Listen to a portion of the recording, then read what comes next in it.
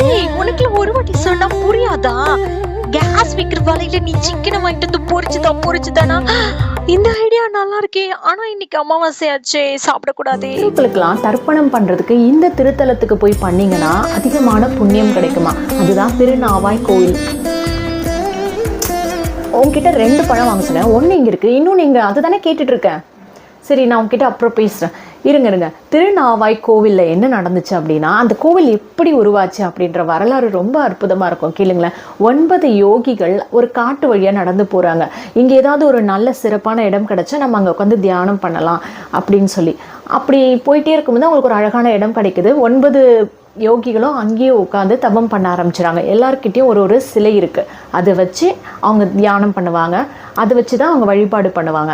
இப்படி பண்ணும்பொழுது 8 முனிவர்களுக்கு ஒருத்தர் பின் ஒருத்தராக முக்தி அடைஞ்சு மேலே போயிட்டாங்க.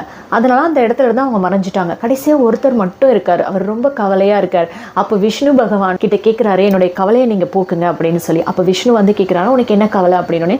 என் கூட வந்த 8 பேரும் முக்தி அடைஞ்சு போயிட்டாங்க, என் கூட யாருமே இல்லை, நான் தனியாக இருக்கேன் அப்படின்னு சொல்லி வருத்தப்பட்டாராம். அப்போ அந்த 8 பேரையும் இறைவன் கண்ணில் காட்டுறாராம். இவங்க முக்தி அடைஞ்சாலும் மற்றவர்கள் கண்ணுக்கு தெரியாமல் இங்கே தான் இருக்காங்க அப்படின்னு சொல்லி அவங்க 8 பேரையும் காட்டுறாரு. அப்போ நானும் மறைந்து இருக்கணும் அப்படின்னு சொல்லி இந்த 9வது யோகியும் கேட்டாராம். அதேபடி அவரையும் மறைச்சாச்சு. அதுக்கப்புறம் இன்னொரு வரம் கேட்குறாரு, நான் கொண்டு வந்த இல்லையா அந்த சிலையும் மற்றவர்கள் கண்களுக்கு தெரியாதபடி மறைச்சு கொடுங்க அப்படின்னு சொல்லி விஷ்ணு கிட்ட கேட்குறாங்க.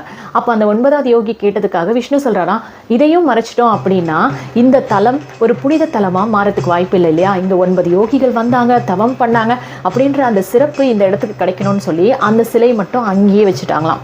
அது மறைய வைக்க வேணாம், ஆனால் நீங்கள் தினமும் இதுக்கு வந்து பூஜை பண்ணுங்க அப்படின்னு சொல்லி விஷ்ணு சொன்னாராம். இதனால தான் இந்த இடத்த நவயோகி தலம் அப்படின்னு சொல்கிறாங்க. நவனா 9 பேர் வந்தாங்க இல்லையா.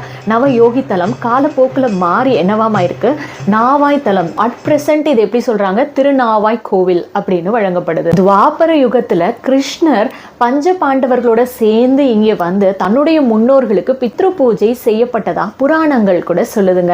இந்த மாதிரி ஒரு திருத்தலம் கேரளா மாநிலத்தில் தான் இருக்குது. நீங்கள் ஒருவேளை கேரளாவில் இருந்தீங்கன்னா கண்டிப்பாக இது உங்களால் செய்ய முடியும். இது போன்ற பல சுவாரஸ்யமான டிவோஷனல் இன்ஃபர்மேஷனுக்கு இந்த சேனலை ஃபாலோ பண்ணி சேவ் பண்ணி வச்சுக்கோங்க.